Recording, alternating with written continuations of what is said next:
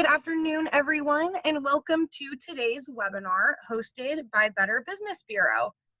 I am Allie Schmidt, the Marketplace Manager for the Seattle region at your local Better Business Bureau. And today we have the opportunity to hear from Roseanne Collins, Joyce Allen, and Tani Biale, who all work, Biale. I'm sorry, Tani. I was told her I wouldn't mess it up, but I did. Who all work in different departments of the Washington State Department of Labor and Industries. Today's webinar is learning to do something new, focusing on apprenticeships, student volunteers, and the Washington State Department of Labor and Industries Stay at Work program.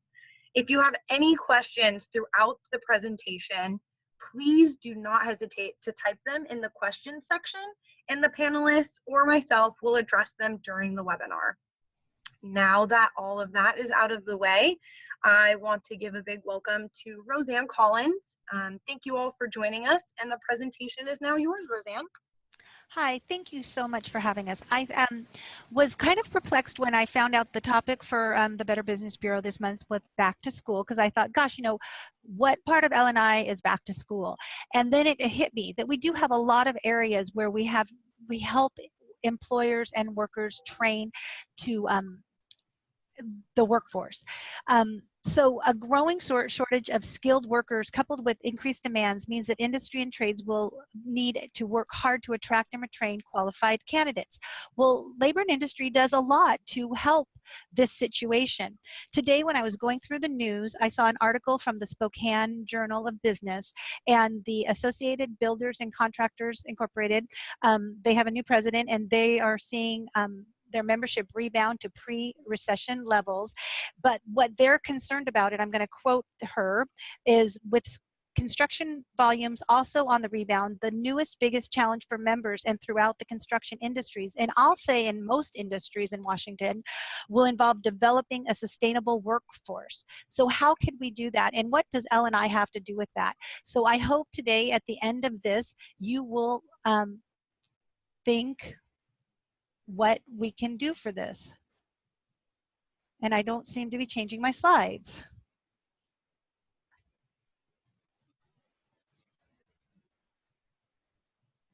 Okay, I'm going to have to do it the manual way next. Sorry about that. So today we're going to talk about apprenticeship. So apprenticeships are a section of L&I, and we and L&I are responsible for administrating the rules and policies of the Washington State Apprenticeship Training Council. So we help with apprenticeship and what apprenticeships are, and I have Tani here who's going to help me explain it because she is from the program. But what apprenticeships are is that it's on-the-job training programs of at least 2,000 work hours. It combines on-the-job training with classroom learning. So this is a really great way to create a workforce in your industry and help your industry grow. I am going to be talking about student volunteers. I don't know if you're aware of it, but this year the legislature passed a new law, and it expanded the medical aid coverage for student volunteers in Washington State. And they did this because they see a need for training programs for the next generation to be able to start working and have the skills they need to succeed. Joyce Allen is with the State Work Program, and she is going to be talking about the State Work Program. And where that falls into is it gives an incentive to employers to bring back injured workers and train them in a new field that is going to be acceptable to the doctor and their injuries so that they can recover at work. So it's a really great opportunity to not only learn something new if you're an injured worker, but for an employer, it's also going to help them keep and retain their employees that they have and that they've invested in. So that is what we're going to be talking about today. So I'm really excited to get going on this. I'm going to introduce Tani, and she is going to talk about the apprentice program. And we only have one headset, so it's going to take a minute to give it to her. Hold on. Okay, good afternoon, everyone. A little bit about my background. I'm from post-secondary education. I both taught for years and was also the director of education. So, and then I've been with Registered Apprenticeship for about 6 years. And I assist many employers with developing apprenticeship programs, and also we regulate apprenticeship programs. So let's just jump right into it. This is a quote from Paul Wegand, and he's an executive at Puget Sound Energy. So I always like to start out with a quote. Washington's incentive for employing apprentices in the construction of new wind power facilities is helping to groom our state's next generation of skilled utility workers. So that was a few years ago. There was incentives for utility companies to train more folks. And that's always useful when you employers can get a break and get incentives to train people. Apprenticeship, registered apprenticeship, is a model that is utilized in construction trades, as everyone thinks about. And the employers in construction trades tend to rely on the training centers, but they give feedback to the training centers about what kind of skills the employees need. Registered apprenticeship is mostly on-the-job training. So it's a model that used to be used. So for example, my father's in the information technology industry, computer programmer. He was a computer programmer back when they had rooms and they got into the floors and moved those cards around, punch holes. And he took a community college class for a quarter, and then he got hired and he got trained on the job. I've heard of numerous other folks like that too. So 50, 40 years ago, training on the job was much more, training on the job happened a lot more than it does these days. These days, things have moved much more toward college, trying to take the brunt of training folks on the job. So registered apprenticeship is, in this state, trying to branch out into other industries besides construction and be more relevant. So I'll talk about that in a minute. There's also some classroom instruction. So apprentices can take classes from colleges that work with the apprenticeship programs. They can also take classes online from private suppliers, or the employer can develop classes themselves. For many industries, once the apprentice is done, they have what's called a journey level card, and they can go anywhere and apply for jobs and get work. Now, again, in construction industry, that's what everyone thinks about. So if a carpenter gets a journey level card, then they can, in this state, they can go to New York and get work. But what people might not think about is barbering. Actually, on the East Coast is very much, journey level cards and barbering are very much recognized. So that applies to that industry as well. Expanding apprenticeship has been very much helped by federal grants.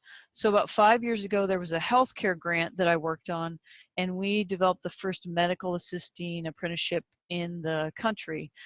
We assisted Washington Association of Community Migrant Health Centers develop apprenticeship for medical assistant, and that was very useful for them because they were trying to get more of their community members. They serve low income and people who don't speak English as a first language. They were trying to get more of their community members to get hired, and they needed a way to remove some of the barriers for training. And so apprenticeship fit that bill. One of the barriers to training for those folks who were trying to get those jobs is that they would have to pay for a community college education, get childcare, then do homework on top of it. The registered apprenticeship healthcare that was developed actually cut down on their bookwork time. They were able to do some of that on the job. They got training on the job, and also it qualifies for them sitting for their licensing exam in the state. So the green utilities, there was incentives for, as you saw in the quote, there was incentives for when utilities were expanding into wind power and other green industries to bring apprentices on, and then they'd get a tax break. And in information technology right now, there's a big grant going on in the state to develop more information technology workers in registered apprenticeship. So sponsoring apprenticeship, I suspect most of you are small employers. Probably you would fit the bill if you wanted to look into this more. You would probably develop your own apprenticeship, which certainly I could help with, or one of my colleagues could help with. Mostly the first bullet point you see there, the joint apprenticeship committees, those are more manufacturing, utility, and construction trades. They're run on a large scale, and they have training centers. The medical assisting apprenticeship I mentioned, that was an employer association who wanted to serve their members, and so they act as the sponsor and they manage the program for their employers. So there are some very concrete benefits for having registered apprentices in your workforce. One is that if you utilize community college classes for their related supplemental instruction or for their bookwork, even if they pay or if the employer pays for their tuition, tuition is only half price. And also, with registered apprentices, you don't have to pay them the going rate. They have to be paid at least minimum wage, but you can pay them a reduced rate based on the amount of learning that they're getting. They do have to have one wage increase within the period of the apprenticeship. So hopefully that was a good basic overview, and I know we're taking questions at the end, so if there's any questions, I'll be happy to answer them then. And I'm going to turn it over to Roseanne. Thank you, Tani. That was really helpful. I don't know that much about the apprenticeship program, so it was good to hear that. I'm going to talk about the new legislation for student volunteers and workers' compensation coverage. And I am in employer services. I am the outreach supervisor, and I work with employers, and I do a lot of presentations and a lot of webinars and a lot of articles regarding different things we want people to know about. And this was something that we did a QRC, which is available on our website, and web pages, which I have a link to at the end of this, that talk about student volunteers, because a lot of people think, oh, well, I'm a for-profit business, small business, I can't have volunteers.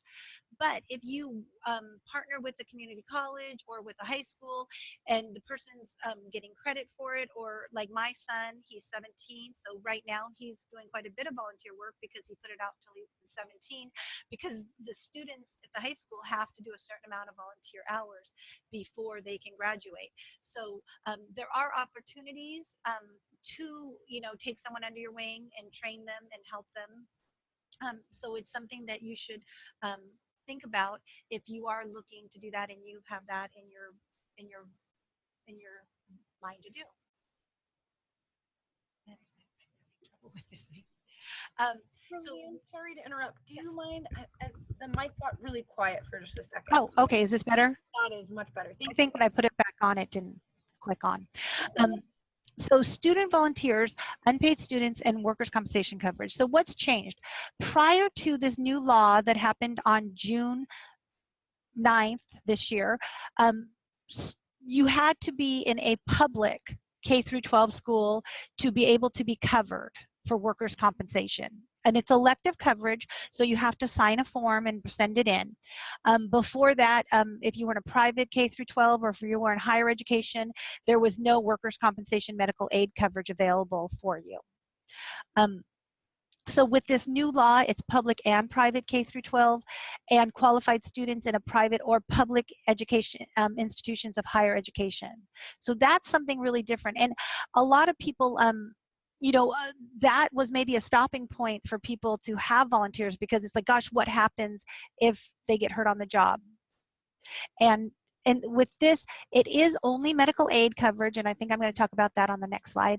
But there's some kind of differences around what is a student volunteer and what is an unpaid student, which I had to figure out what they meant by unpaid student in the law, because I was just like, what is that? So we have this little chart here.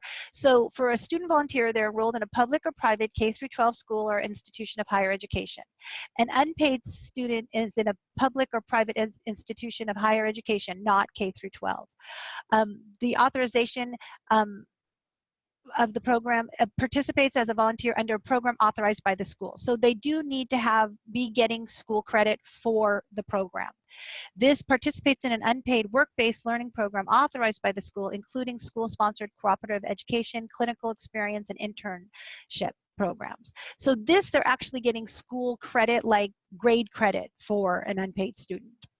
Wages and I can't say that word, remuneration, they're getting paid for it. Performs duties for the employer without wages. The student volunteer in a K through 12 school may receive credit towards graduation. That's what my son's doing. May receive maintenance and reimbursement for actual expenses incurred not performing performing assigned duties, not considered wages. So if they're getting reimbursed for gas or for, you know, lunch or whatever expenses they do, then that's not considered wages in this case. I think that's the same for either one of them. So I kind of look at it as a student volunteer. They're more doing it to get credit towards graduation, but an unpaid student is more like clinical experience or internship. Because prior with internships, if you were a paid intern, you were just reported in the business's risk classification in the work that you're doing, just like any other employee, because you're getting paid for it, and that's still true. So if you have interns that are getting paid, you're going to put them on your quarterly report just like any other employee.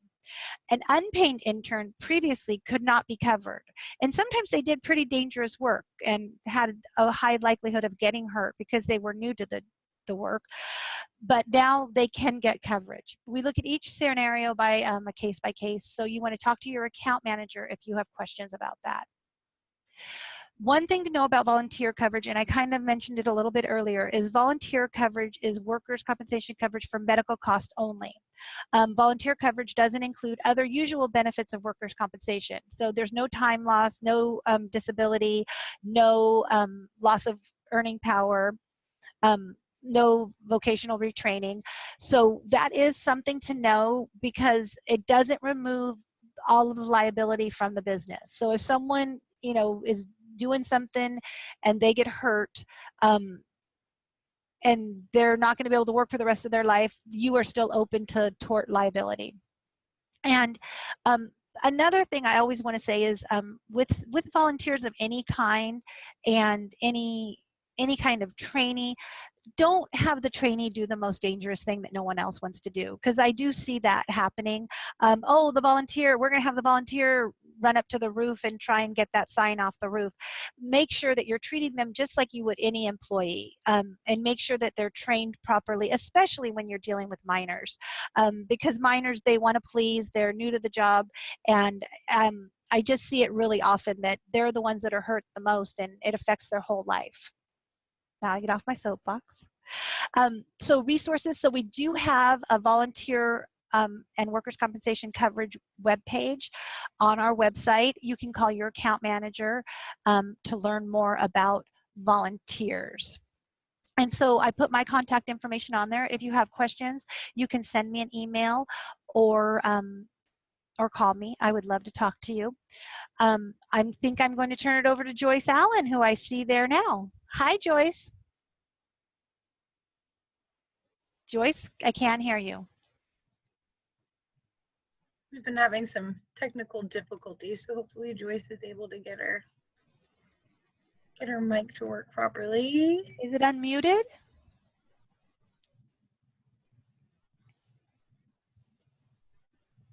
I just unmuted.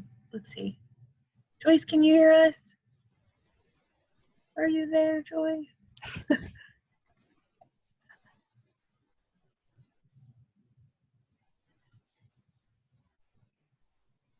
Joyce, are you there?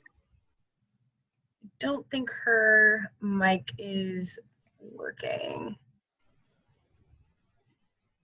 That's too bad. Yeah, I don't think her mic is going to be able to cooperate for us right now. Okay. So Roseanne, if you want to move forward. So I will attempt to do Joyce's part of the stay at work slides. I will do my best to do them justice. Joyce, if you want to web chat me if I'm missing something, that would be good. So hi, and I am glad to talk about the State Work Program. So I have to tell you, I do outreach for employer services, and it's kind of difficult sometimes to get people to come over and talk at a booth. Am I hearing you, Joyce? Can you hear me? Oh, I could hear Joyce. Oh, great. Can everyone hear me? Hi, everyone. I am here. Can I go ahead then? I'm going to go ahead and present. Is that okay? Great. Welcome. Hi. So there's a stay at work program that is, and how do we change the slides? If you just want to, I will change them. Okay, thank you. So thank you. So the state work program is out of the legislature. It's for state fund employers, not self-insured employers. So if you're a self-insured employer, you can't use that reimbursement, and that's because you're doing it right. It's actually for state fund employers that need some assistance to financially afford to bring someone back to light duty. And we're trying to create a new culture of return to work. As right now we have kind of an old school culture that's a little bit more reactive than we'd like, where, you know, maybe an employer didn't even know that someone had an injury and didn't report an injury, and so they go to the doctor's office and the doctor sends them home to recover. And so with this program, it's a financial incentive program where we can say to the employers, hey, create something proactively, have some rules in place, a program in place, a policy in place, so that the employees, when they get injured, they know what to do, and they know that the expectation is going to be to return back to work. And when they do return back to work on light duty that the physician approves of, then our reimbursement program will give some benefits back to the employer for this. Change slides, please. Oh, so we have to do it that way. I see. Okay. So we now have a provider network. And one of the rules of the provider network is for the physician to have to complete the activity prescription form. So when an injured worker goes for medical care, the doctor is going to complete this activity prescription form. This form is going to list the limitations, the restrictions, the days they're restricted, the hours they're restricted, the weight they're restricted to. Next slide.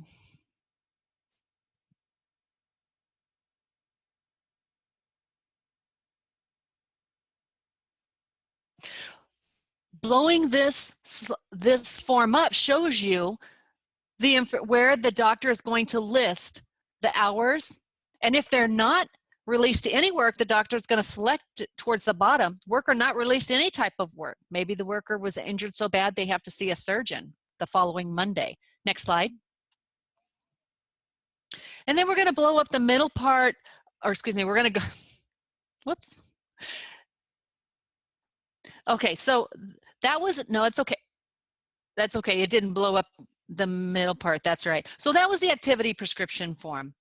Someone gets injured, they go to the doctor's going to give them that form. Now, if you have a program or a policy set up in place, and just remember, it's, you know, just like you have a safety policy or a security policy, you can have a return to work policy.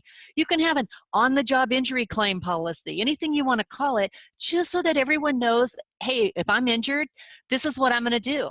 I'm going to take a form to the doctor, this particular form called the job description form, that my employer is going to complete, and I'm going to take this form to the doctor to say, hey, I'm going to return back to work light duty.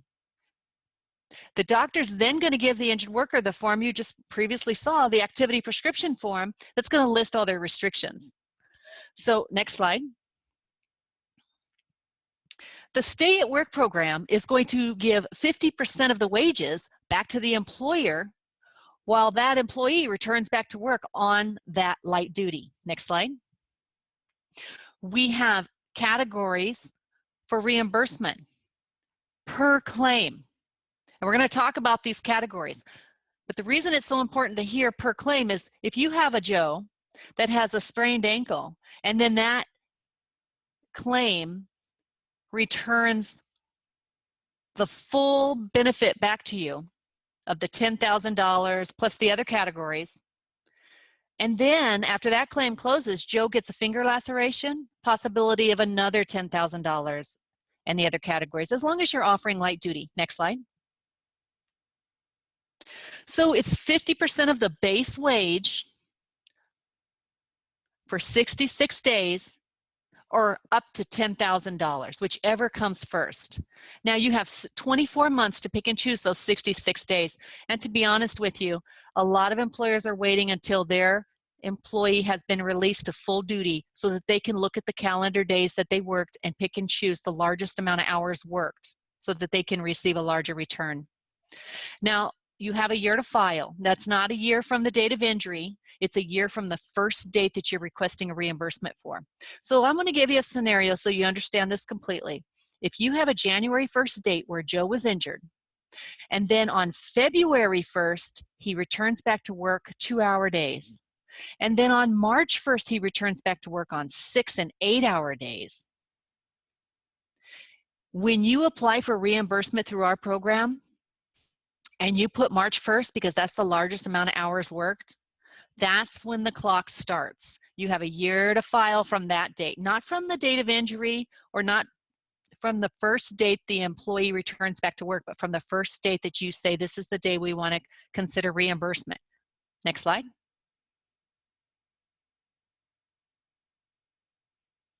We have a training reimbursement, and this is $1,000 to assist Joe to return to work. So if you have someone who's maybe working in a warehouse, kicking boxes for quite a while, and now has restrictions, and you want to accommodate with customer service position, and maybe this employee needs some customer service skills or some Excel or Word document use, you can use $1,000 for training. A lot of employers are purchasing safety videos that they're downloading from the internet.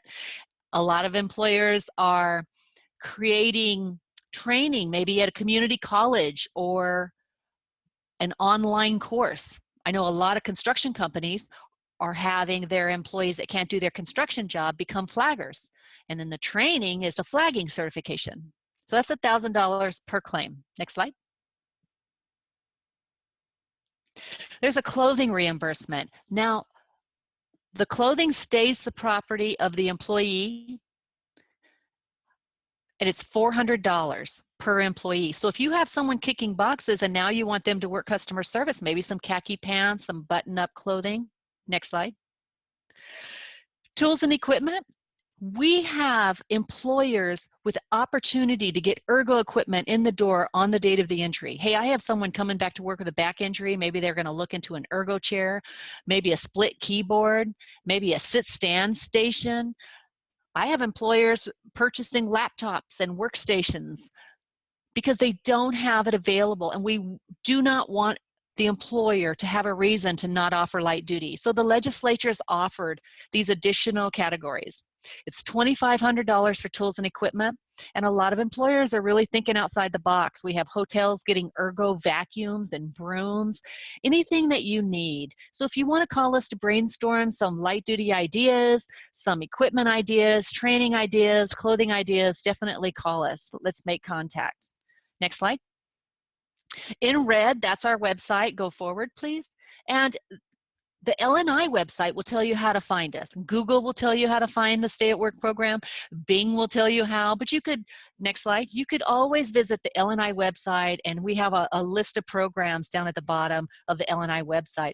Then I wanted to show you the Stay at Work website, because we have a beautiful green button now that allows you to apply online. All of our forms can be downloaded. Our contact information is there. Even the tabs are useful, and the middle tab is Start with 5 Simple Steps. So that's really going to help you not have to remember everything that you hear about the program, but just know where to go. Next slide. Oh, I see. So we just go there. I wonder if I could do that. So this is our contact information. The toll-free number is listed there. The 902-4411 is a direct line, and that's going to reach the next available person in the Stay at Work unit. Please know that we're your best friends when it comes to this program. You cannot inundate us enough. You cannot call us too much. We want to see you be successful with this program, and help us spread the word. Good news travels fast. If you tell a brother, an uncle, a neighbor, anyone about this program, $10,000 back to the employer plus these additional costs, they are either an employee or an employer and could benefit them. Thank you. Thank you so much, Joyce. I'm so glad that you were able to get on. We Me were having too. technical difficulties for a while, so I really appreciate your stick-to-itiveness. So that. Well, and I apologize if I'm screaming. I just don't know which speaker's picking me up, so I hope I'm not blowing everyone out of the water.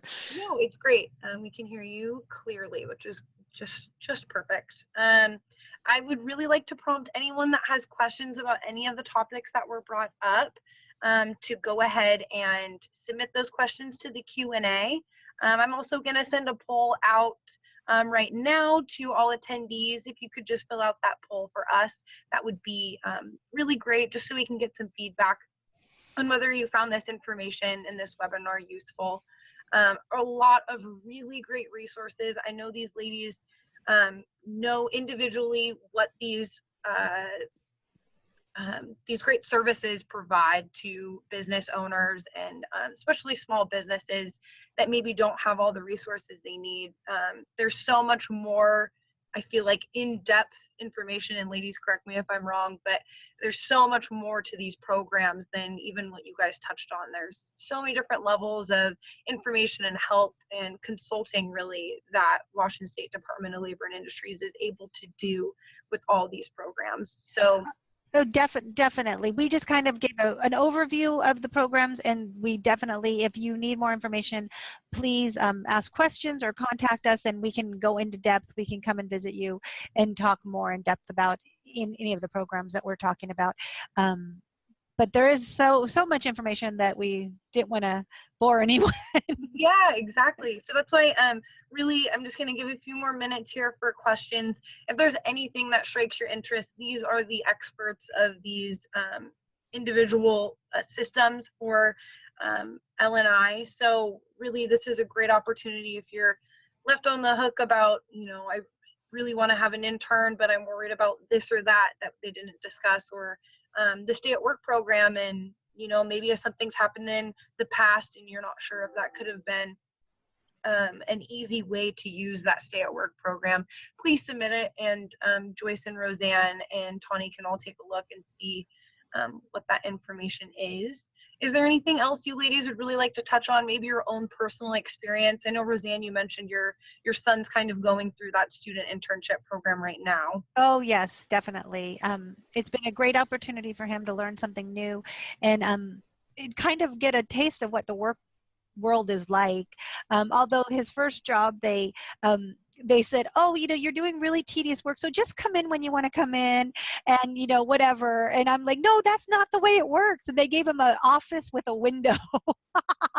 And I was like, that's not how your first job is supposed to work. Oh goodness. But he's learned a lot, and it's really I think it's I think we don't put enough thought into training the next generation. I think we just assume that people are going to be there for us, and I think we need to think more about how we're training them and what kind of future we're building. Absolutely. And I know for myself personally too, I didn't have an idea of what the real working world was like. You are, in school and in class, and you just learn from the book, and there's so many things about an industry experience that you really can't get anywhere else. And so it's an awesome program, I think, for any industry to be able to do that, whether you're a contractor or it's office work. There's something that can be learned by a student. Definitely. And we have while we're talking about students and learning, we administer the teen work permits too, and we have a lot of information on our website about teen workers, what they can and cannot do, and some great information on our website if anyone's interested in that. Wonderful. Well, we didn't have any questions come through, so I'm just going to say thank you all for participating in today's webinar, and thank you again to Roseanne and Joyce and Tani, all from the Washington State Department of Labor and Industries. It's great to have your expertise and knowledge about these topics and sharing them with us. Great. Thank you for having us, Allie. Yeah, I hope you all have a great day, and please feel free to contact BBB with any further questions at 206-431-2227.